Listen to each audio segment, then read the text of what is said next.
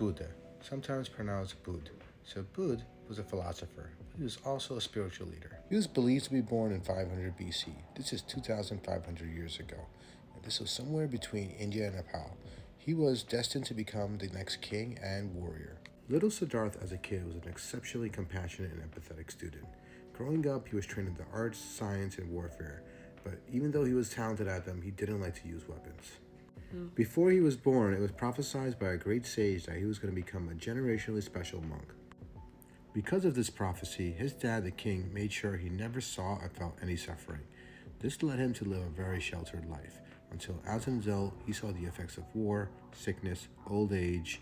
He learned that his father had exiled all the sick and elderly people to hide from him, and even found out that his birth mother dies days after he was born. This guilt and extremely traumatizing series of events led him to a local guru. This guru showed him the way to heal his suffering. His advice was to detach from the world and become a humble ascetic that begs for food and has very few possessions. This is an all to aid to get rid of his suffering. On his journey to heal his suffering, he meets many other monks. He learns meditation techniques, learns a lot of wisdom, has debates, and he finally reaches enlightenment. He learns the ultimate universal truth. This is of awareness, compassion, and loving kindness.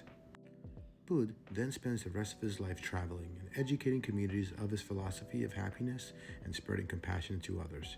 So let me know in the comments if you want to know more about Bud and his compassionate ways to happiness.